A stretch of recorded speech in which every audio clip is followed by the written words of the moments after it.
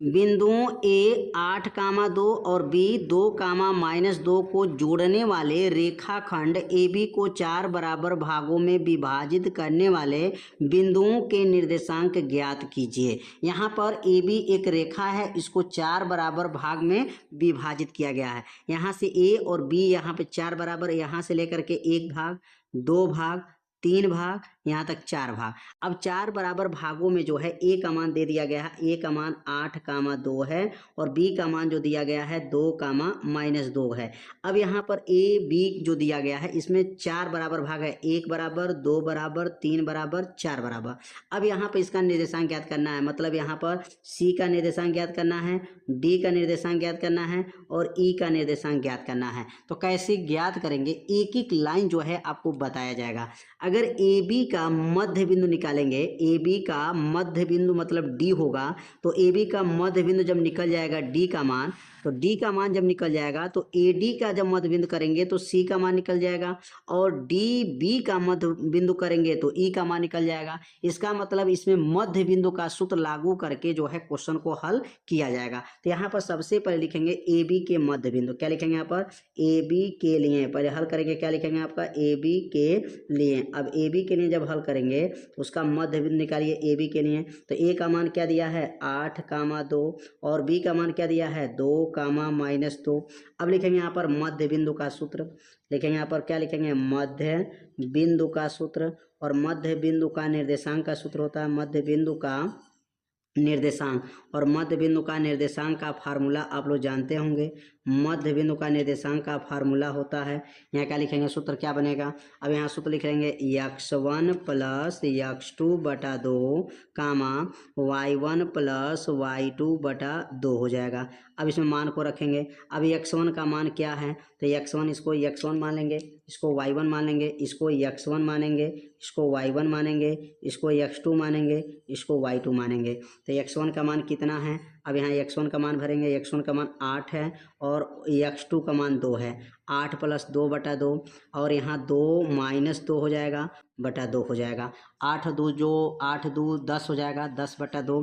अब यहाँ लिखेंगे 10 बटा जो है 2 और कामा 2 में से 2 जाएगा 0 बटा 2। अब 2 से 10 काट देंगे, क्या बनेगा 5 कामा 2 से भाग करेंगे तो 0 आ जाएगा, 5,0। और यह मध्य बिंदु किसका निर्देशांक AB के लिए अगर मध्य बिंदु निकालें तो AB का मध्य बिंदु D हो जाएगा।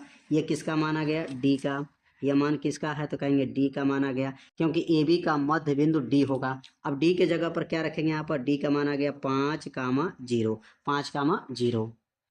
अब D का मान निकल गया। अब हमको C का मान निकालना है और एक E का मान निकालना है। अब AD के बीचों बीच में कौन है C है, तो अब AD के लिए जब हल करेंगे तो यहाँ लिखेंगे AD के लिए, यहाँ पे क्या लिखेंगे आपका AD के लिए, यहाँ लिखेंगे AD के लिए, और AD के लिए जब हल करेंगे तो पहले A का मान रखेंगे और यहाँ पर लिखेंगे AD के लिए, तो A का मान क्या था 8,2 है, 8,2 है और यहाँ D का मान जो निकाला गया, D का मान क्या निकाले हैं 5,0 है। इसको x1 कहेंगे, इसको y1 कहेंगे, इसको x2 कहेंगे, इसको y2 कहेंगे। और यहाँ पर जो है सूत्र लागू करेंगे, क्या सूत्र बनेगा मध्य बिंदु का निर्देशांक, क्या लिखेंगे आपका मध्य बिंदु का निर्देशांक, मध्य बिंदु का निर्देशांक। और मध्य बिंदु का निर्देशांक का क्या सूत्र है, तो मध्य बिंदु का निर्देशांक का सूत्र हो जाएगा यहाँ पर, आप सूत्र लिखेंगे यहाँ पर मध्य बिंदु का निर्देशांक का सूत्र हो जाएगा x1 + x2 बटा 2 कामा y1 + y2 बटा 2। अब इसमें मान रख लेंगे, x1 का मान कितना है 8 है और x2 का मान 5 है, 8 + 5 बटा 2 और 2 + 0 हो जाएगा यहाँ पर 2 + 0 बटा 2। अब यहाँ 8 5 क्या हो जाएगा 13, अब 13 बटा 2 क्या बनेगा आपका 13 बटा 2 और 2 में 0 जोड़ेंगे तो 2 बटा 2। अब 2 से 2 कट जाएगा तो क्या बन जाएगा यहाँ पर इसका निर्देशांक आ गया 13 बटा 2 कामा 1, 13 बटा 2 कामा 1। क्या बनेगा यहाँ पर किसका मान निकल गया C का मान जो है निकल गया 13 बटा 2। यहाँ लिखेंगे क्या बनेगा 13 बटा 2 कामा 1, 13 बटा 2 कामा 1 हो जाएगा, 13 बटा 2 कामा 1 हो गया। अब किसका निर्देशांक निकालना है तो DB के बीचों बीच का, DB के बीचों बीच का मान निकालेंगे। तो अब लिखेंगे यहाँ पर DB के लिए, यहाँ लिखेंगे DB के लिए। अब DB के लिए जब हल करेंगे तो DB के लिए जब हल करेंगे तो पहले D का मान रखेंगे, तो D का मान क्या दिया है तो D का मान निकला है 5,2 है, 5,0 है और b का मान कितना आया है 2 कामा माइनस 2 है। अब इसको कहेंगे x1, इसको कहेंगे y1, इसको कहेंगे x2, इसको कहेंगे y2। अब लिखेंगे यहाँ पर मध्य बिंदु का निर्देशांक, लिखेंगे यहाँ पर मध्य बिंदु का निर्देशांक, मध्य बिंदु का निर्देशांक। मध्य बिंदु का निर्देशांक का सूत्र क्या है?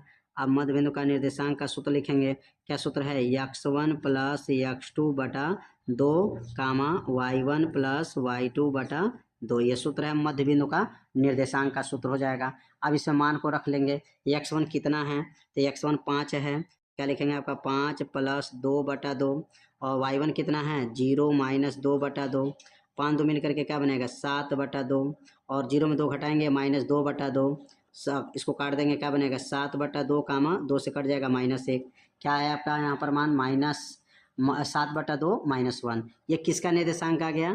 डीबी के बीचों बीच का, डीबी का मध्य बिंदु निकल गया। तो डीबी का मध्य बिंदु के जगह पर रख लेंगे, कितना आएगा यहाँ डीबी का मध्य बिंदु कितना आया है 7 बटा 2, क्या आया है 7 बटा 2 कामा -1। अब ये चारों निर्देशांक देख सकते हैं यहाँ पर, चारों भाग का, इसके बीच का भाग निकल गया मध्य बिंदु, इसके बीच का और इसके बीच का, सब निकल गया मान। तो एक एक लाइन जो है समझाया गया। सबसे पहले ए बी का मध्य बिंदु निकालेंगे तो डी का मान निकलेगा, और ए डी का मध्य बिंदु निकालेंगे तो सी का मान निकलेगा, और डी बी का मध्य बिंदु निकालेंगे तो ई का मान निकलेगा। और मध्य बिंदु का सूत्र आप लोग को याद हो गया, क्या सूत्र है? x1 प्लस x2 बटा 2 कामा y1 प्लस y2 बटा 2। इसी सूत्र से 3 बार प्रयोग किया गया, 3 बार प्रयोग किया गया तो 1 मान यह निकला, 2 मान, 3 मान, तो ये सभी मान जो है निकाला गया। तो उम्मीद करते हैं यह प्रश्न आप लोगों को अच्छे से समझ में आ गया होगा। तो इसे अपने कॉपी में जरूर नोट कीजिए, जब इसको क्वेश्चन को हल करेंगे तो आपको अच्छे से समझ में आता रहेगा।